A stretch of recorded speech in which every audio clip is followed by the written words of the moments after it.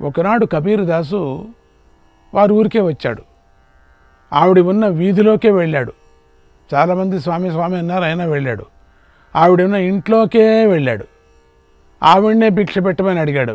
ఆయనది ఏమిటంటే ఒక ఇంటికి ఒక భిక్షకు వెళితే పెడితే ఉంది, లేకపోతే లేదు. ఆ రోజు ఉపవాసం. భిక్ష పెట్టమని అడిగాడు. అప్పుడు ఆ ఇల్లాలు తలుపేయలేదు, అంటే తలుపే తీయలేదు, అట్లా లోపలే ఉంది.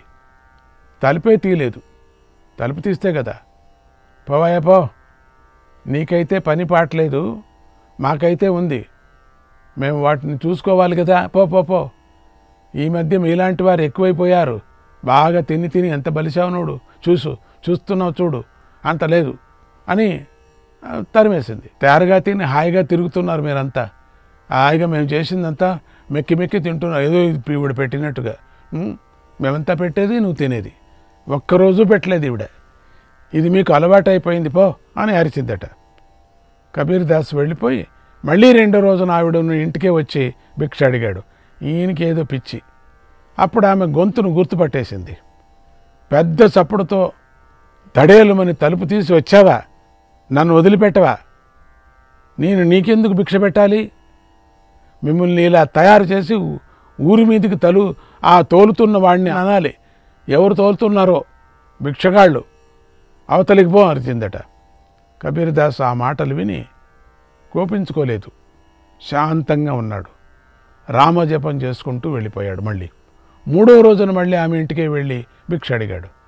ఈయన హఠం. ఆ ఇల్లాలకి కబీర్ యొక్క గొంతు విని విపరీతమైన కోపం వచ్చేసింది. 2 రోజుల నుంచి అరుచుకుంటుంది కదా. కబీర్ను చూసి వీరావేశంతో ఊగిపోయింది. గబగబా ఇంట్లోకి పరిగెత్తి బూడిద తీసుకొని వచ్చి కబీర్దాస్ నెత్తిన పోసి ఇలా అరిచింది. ఇక మళ్ళీ రాకు, ఇంతవరకు నేను ఊరిలో మంచి పేరుతో చాలా గౌరవంగా బతుకుతున్నాను, ఎంత మంచి పేరు నాకు, నా ఇంటి తట్టు ఎవరూ రారు, అంత గౌరవం నన్ను చూస్తే, చూడు తడకలు కూడా కట్టారు, నన్ను ఎంత గౌరవంగా, నా ఇంటి పరువు, నా మర్యాద, నేను చేసే దాన ధర్మాలు ఎప్పటికీ కూడా ఎవరూ మర్చిపోలేరు. ఈ ఊరు వాళ్ళు చూడు ఎంత నిశ్శబ్దంగా ఉన్నారు, ఈ వీధి అంతా చూడు నా మీద గౌరవంతో అందరూ ఖాళీ చేశారు, నా మీద ఉండే ప్రేమ ఎంత బాగుందో అని అరిచేసింది. అంతగానే బతుకుతున్నాను, నాలోని రాక్షసిని బయటికి లాగకు, నేను మహారాక్షసి, నాలో దాక్కుంది ఒక రాక్షసి, బయటికి రాగద్దు, వెళ్ళిపో. నేను చూస్తుంటే ఈవిడ గయ్యాళి గంప, ఈవిడ పెద్ద రాక్షసి అని చాడటానికే వచ్చినట్లుగా ఉంది, నువ్వు నా బ్రతుకు పాడు చేయటానికే వచ్చావు, ఏం గయ్యాళి అని అందరికి చెప్పడానికి వచ్చావా నువ్వు, నేను మర్యాదగా బతుకుతున్నా చూడు, ఎంత మర్యాదగా బతుకుతున్నాను అనేది చూడు, తెలుస్తుంది నీకు, ఏంటి భిక్ష పెట్టడం నీకు, ఎవరైనా అనుకుంటే ఏమని అనుకోరు, నా మర్యాదకు తీయటానికి వచ్చావు నువ్వు, వెళ్ళు, నేను నీకు భిక్ష పెట్టను, పొలంలో వెళ్ళి పోయి సేద్యం చేసుకోపో అని అరిచింది. కబీర్దాసు రామనామం జపం చేసుకుంటూ వెళ్ళి మళ్ళీ 4వ రోజున ఆమె ఇంటికి దగ్గరికే మళ్ళీ వచ్చాడు. భవతి భిక్షాం దేహి అని కొత్త రకంగా అన్నాడు. ఆ సమయంలో ఆ గయ్యాళి గంప అలుకు గుడ్డతో ఇల్లు తుడుస్తూ ఉందట. ఈ లోపల కబీర్ గొంతు వినిపించింది మళ్ళీ. వెంటనే ఆవిడ వేగంగా బయటకు వచ్చి ఇలా అంది, రా నాయనా రా, నాకు నీ పీడ ఎప్పుడు వదిలిపోతుందో ఏమో, నా నోరు బయటపడేసి నాకెంతో అపకీర్తి తెచ్చిపెడుతున్నావు, ఏదో ఒకటి ఇచ్చే వరకు నువ్వు వదిలిపెట్టేలాగా లేవు, ఇదిగో దీన్ని తీసుకొని వదిలిపెట్టు అంటూ ఇల్లు తుడిచే అలుకు గుడ్డను కబీర్దాస్ ముఖం మీదకు లపీమని విసిరేసింది. విసిరేసి ఠకారని తలుపు వేసుకొని లోపలికి వెళ్ళిపోయింది. కబీర్దాస్ ముఖం మీదే దడాలున తలుపు కూడా వేసుకొని వెళ్ళింది. అప్పుడు మహాత్ముడైన కబీర్దాసు ఆ అలుకు గుడ్డను తీసుకొని ఎంతో సంతోషించాడు. దాన్ని తీసుకొని వెళ్ళి నీటిలో జాడించాడు, చక్కగా ఉతికాడు, ఎండబెట్టాడు, సన్నని పీలికలుగా చేశాడు. తర్వాత వాటిని ఒత్తులుగా చేశాడు. ఒత్తులుగా చేసి దేవాలయానికి వెళ్ళి వాటిని నూనెలో తడిపాడు. దండిగా నూనె ఉంది అక్కడ, నూనెలో తడిపాడు. అక్కడ దీపం వెలిగించాడు. ఈ ఇల్లాలి మనస్సు మారుగాక, ఈమెకు మంచి గుణాలు కలుగుగాక అని భగవంతుని ప్రార్థించాడు. ఆ ప్రార్థనతో ఆమెపై భగవంతుడి అనుగ్రహం ప్రసరించింది. ఆ వచ్చినవాడు కోపపడకుండా ఏమీ అనకుండా నవ్వుతూ వెళ్ళిపోయేసరికి ఆ ఇంటావిడికి చాలా ఆశ్చర్యం కూడా వేసింది. అంత శాంత స్వభావం ఆయనకి ఎలా వచ్చిందా? ఇప్పుడు ఆలోచన పట్టుకుంది. అక్కడ దీపం వెలుగుతూ ఉంటే శాంత స్వభావం ఎట్లా సంపాదన చేశాడు అని ఆలోచించింది. తాను కూడా కోపం తగ్గించుకోవాలని అనుకుంది. మారుతూ ఉంది చూడండి. ఆ మరుసటి రోజు నుంచే ఆమె మాటలో మార్పు వచ్చింది, ప్రవర్తనలో మార్పు వచ్చింది. ఆమె మంచి సద్గుణ సంపన్నురాలైపోయింది. అందరినీ గౌరవించింది, అందరికీ దాన ధర్మాలు చేసింది, ఇంట్లో ఉన్నదంతా దానం చేసింది. ఆమెలో వచ్చిన మార్పుకు ఆ ఊరి వారే ఆశ్చర్యపోయారు. ఏం మార్పు వచ్చింది, ఏం మార్పు వచ్చింది ఈవిడికి, నువ్వు మా తల్లివే అని కీర్తించారు అందరూ కూడా. మళ్ళీ మరుసటి రోజు కబీర్దాసు ఆ ఇంటికే వచ్చి భిక్ష అడిగాడు. ఈసారి ఆమె నవ్వుతూ భిక్ష పెట్టింది, ఆయనకు నమస్కారం కూడా పెట్టింది. అలా ఆమె తరించటానికి కబీర్దాసు కారణమయ్యాడు. అటువంటి సన్నివేశం జ్ఞాపకం వచ్చింది. ఇలాంటి అద్భుత కార్యాలు దేహేంద్రియాలకు మనస్సును స్వాధీనపరుచుకున్న మహాత్ములు మాత్రమే చేస్తారు, వేరే వాళ్ళు చేయరు. బూడిద పోసుకున్నాడు, తిట్టించుకున్నాడు, అలుకుగుడ్డ వేయించుకున్న వెళ్ళాడు. ఇలాంటి వారు తాము సుఖంగా ఉంటారు, తమతోటి వారు సుఖంగా ఉండాలని కోరుకుంటూ వారికి భగవంతుడి అనుగ్రహాన్ని కలిగిస్తారు. చెడ్డవాళ్ళకి ప్రార్థన చేస్తారు, వాళ్ళు మంచి గుణం కలగని, మంచి గుణం కలగని అని చేయాలి మనం. అది నేర్చుకోవాలి మనం. వాడికి మనని ఇట్లా అన్నారే అని చెప్పేసి వాళ్ళకి శాపాలు పెట్టకూడదు. మన శక్తి పోతుంది, మనం చేసిన జపం పోతుంది, మనం చేసిన ఏకాగ్రత పోతుంది, మనం చేసిన గురువుగారి సేవ పోతుంది, దాని భాగ్యం పోతుంది. ఇది దేహే ఇంద్రియాలకు మనస్సును స్వాధీనం చేసుకున్న మహాత్ములు చేసే పని. ఇంతగా పెద్ద ఉదాహరణ ఇంక మనకు కనపడదు. ఇటువంటి వారు సుఖంగా ఉంటారు, వారితో ఉండేవారు కూడా మారుతారు. ఇక పరమాత్మలో నిలకడగా ఉండేవాడి లక్షణాలను భగవంతుడు 2 శ్లోకాల ద్వారా మనకు చెప్పబోతున్నాడు. జ్ఞాన విజ్ఞాన తృప్తాత్మ కూటస్థో విజితేంద్రియః యుక్తయుత్యుచ్యతే యోగి సమలోష్టాస్మకాంచనః. శాస్త్రజ్ఞానం చేత, అనుభవజ్ఞానం చేత తృప్తి పొందిన మనస్సు కలవాడు, నిర్వికారుడు, ఇంద్రియాలను బాగా జయించినవాడు, మట్టిగడ్డ, రత్నపురాయి, బంగారము వీటెందు సమబుద్ధి కలవాడైనటువంటి యోగి యోగారూఢుడు అని చెప్పబడుతున్నాడు. శాస్త్రం యొక్క విషయ పరిజ్ఞానము జ్ఞానమని చెప్పబడుతోంది. శాస్త్రం ద్వారా తెలుసుకున్న విషయాన్ని తన అనుభవానికి తెచ్చుకోవటం విజ్ఞానం. ఈ జ్ఞాన విజ్ఞానాలతో తృప్తి చెందినవాడు అంటే జ్ఞానము విజ్ఞానము ఇక చాలు అనుకునేవాడు. కూటస్థుడు అంటే చలించనివాడు అని అర్థం. జ్ఞాపకం పెట్టుకోండి, మళ్ళీ ఉపాధి వస్తూ ఉంటుంది ఇక్కడ. కూటస్థుడు అంటే ఎవరు అనేది మీకు జ్ఞాపకం ఉండదు, అందుకని కొన్ని మనం రాసి పెట్టుకోవాలి. మనం కూటస్థుడు అంటే చలించనివాడు అని అర్థం. ఇక్కడ కంసాలి బంగారపు తీగ పెట్టి దిమ్మె మీద కొడుతూ ఉంటే ఆ తీగ కదులుతుంది, కానీ ఆ దిమ్మె మాత్రం కదలకుండా అలాగే ఉంటుంది. ఆ దిమ్మె కూటం అనబడుతుంది. అలా కదలకుండే ఉండేవాడు కూటస్థుడు, కదలకుండా ఉండేవాడు. మనస్సుని, బుద్ధిని, ఇంద్రియాలను కదలకోకుండా అంటే ఇంద్రియాలను జయించినవాడు విజితేంద్రియుడు. అటువంటి వాడిని యుక్తుడు అంటారు. అటువంటి యోగి మట్టిని, రత్నాన్ని, రాయిని, బంగారాన్ని సమంగా చూస్తాడు.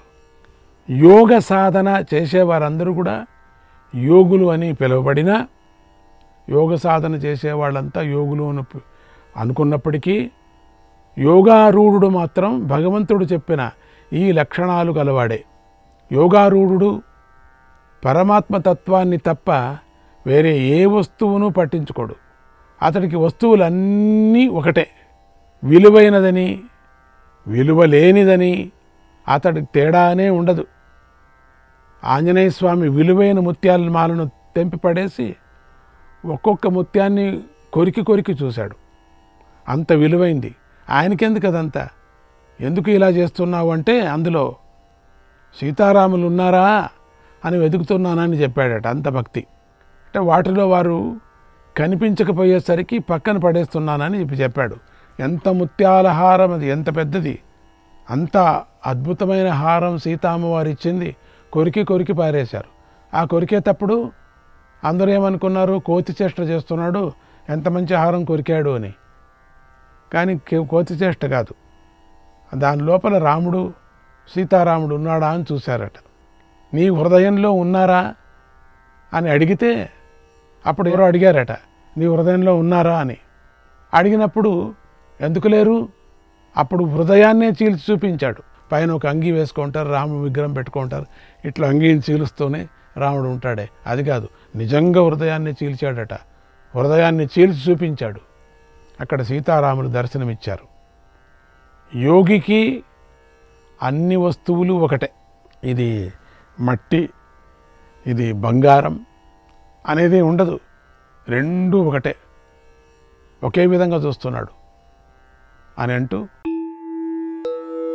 సుహృన్మిత్రార్యుదాసీన మధ్యస్థద్వేష్య బంధుషు సాధుష్వపి చ పాపేషు సమబుద్ధిర్విశిష్యతే. ప్రతిఫలాన్ని కోరకుండా ఉపకారం చేసేవారి యందు, ప్రతిఫలం కలుగుతుందని భావించి ఉపకారం చేసేవారి యందు, శత్రువుల యందు, ఉపకారం చేసేవారి యందు అంటే ప్రతిఫలం కలుగుతుందని చెప్పి ఉపకారం చేసేవారి యందు, శత్రువుల యందు, తటస్థంగా ఉండేవారి యందు, మధ్యవర్తులుగా ఉండేవారి యందు, ద్వేషింపదగిన వారి యందు, బంధువుల యందు, సాధువుల యందు, పాపుల యందు కూడా సమబుద్ధి కలవాడు, ధ్యాన యోగాలలో గొప్పవాడు, ఆ ధ్యాన యోగులని చెప్పబడ్డ వాళ్లలో గొప్పవాడు అనబడుతున్నాడు అన్నాడు భగవంతుడు. భగవంతుడు మనందరికీ సుహృత్ అంటే ప్రత్యుపకారాన్ని ఆశించకుండా ఉపకారం చేసేవాడు. ఇటువంటి వారు మనుష్యుల్లో కూడా ఉంటారు. ఊరికే చేసేస్తుంటారు. చాలామంది అంటారు, చూసండి ఎంత ఉపకారం చేశా నేను, ఒక థ్యాంక్స్ కూడా చెప్పరు అనేవాళ్ళు ఉన్నారు. అది ఉపకారం? అది కాదు.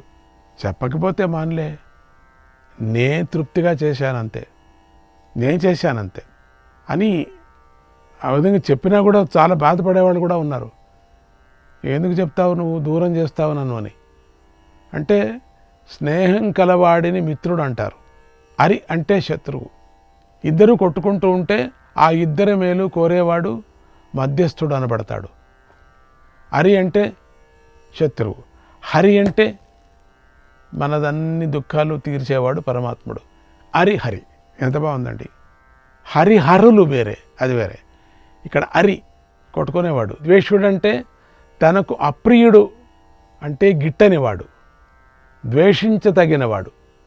చుట్టాలలోని వాడు బంధువు, శాస్త్రానుసారంగా ప్రవర్తించేవారు సాధువులు, శాస్త్రం నిషేధించిన పనులు చేసేవారు పాపులు.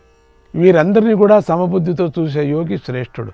చూసారా ఎంత మంచి మాట దీంట్లో మనకు చెప్తున్నారు. సమబుద్ధితో చూడాల.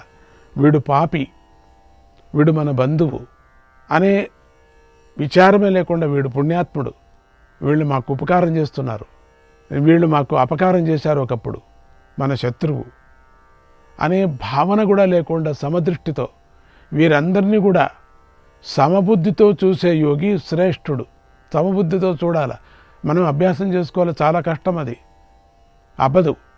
ఎందుకంటే ఇన్ని రోజులు మనం దాంతోనే ఉండిపోయిన ఒక రోజులో కాదు ఇది.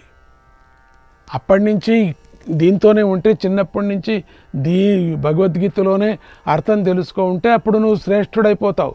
అందుకని చిన్నపిల్లలకి అర్థం చెప్తూ చెప్తూ చెప్తూ, ఒకవేళ సంసారంలో ఉన్నప్పుడు కూడా అది అర్థమవుతుంది పిల్లలకి. అది ఇంట్లో సమబుద్ధి ఉండాలి మనకు.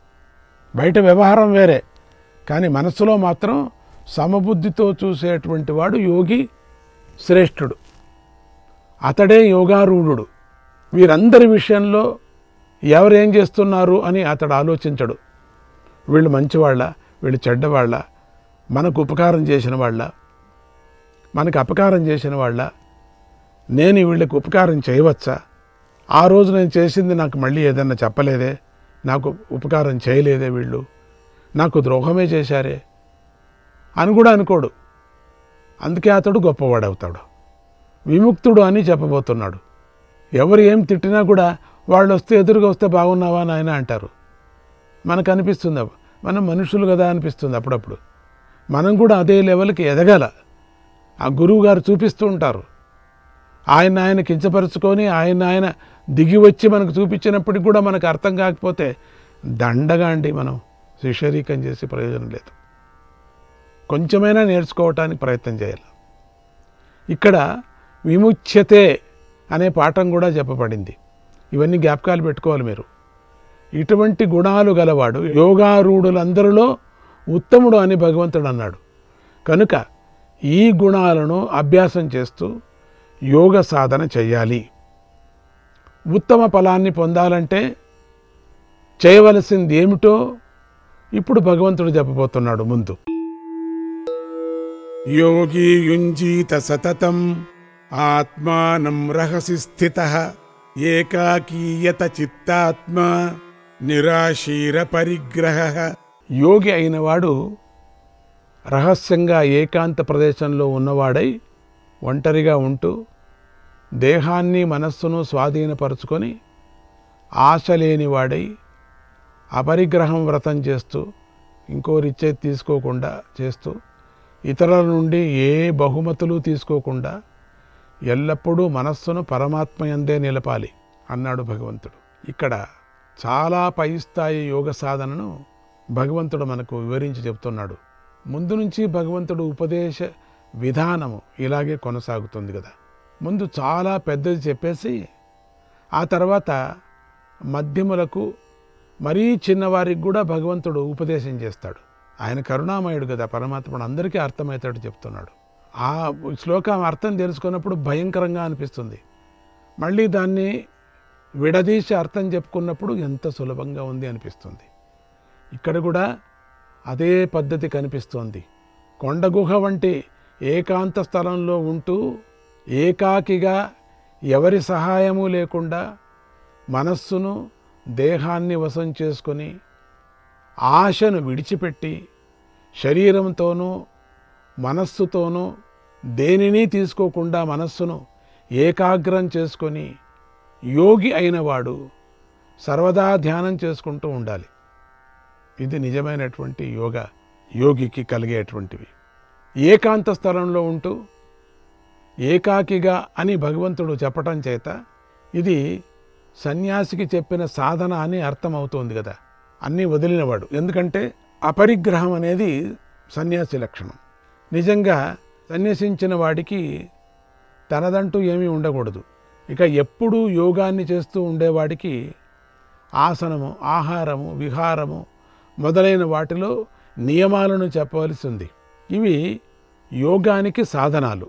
అంతేకాకుండా యోగం సిద్ధించిన వాడి లక్షణము. మరి యోగ ఫలం కూడా చెప్పాలి అనే భగవంతుడు ప్రారంభించి చెప్పబోతూ ముందుగా ఆసనం గురించి 2 శ్లోకాల్లో చెప్పబోతున్నాడు. ఇక్కడ శుచౌ దేశే ప్రతిష్టాప్య స్థిరమాసనమాత్మనః నాత్యుచ్ఛ్రితం నాతి నీచం చైలాజిన కుశోత్తరం తత్రైకాగ్రం మనః కృత్వా యత చిత్తేంద్రియ క్రియః ఉపవిశ్యాసనే యుంజ్యాత్ యోగమాత్మ విశుద్ధయే. పవిత్రమైన స్థలంలో చాలా ఎత్తుగా లేనిది, చాలా పొట్టిగానూ లేనిది, క్రింద దర్భాసనము, దానిపైన కృష్ణాజనము, దానిపై వస్త్రము గలది, కదలకుండా భద్రంగా ఉండేదైనటువంటి ఆసనాన్ని తన కోసం వేసుకొని ఆసనంపై కూర్చొని మనస్సును ఏకాగ్రం చేసి ఇంద్రియాలను మనస్సును అరికట్టి చిత్తశుద్ధి కోసం పరమాత్మ ధ్యాన యోగాన్ని అభ్యాసం చేయాలి. శ్రీకృష్ణాయ పరమాత్మనే నమః.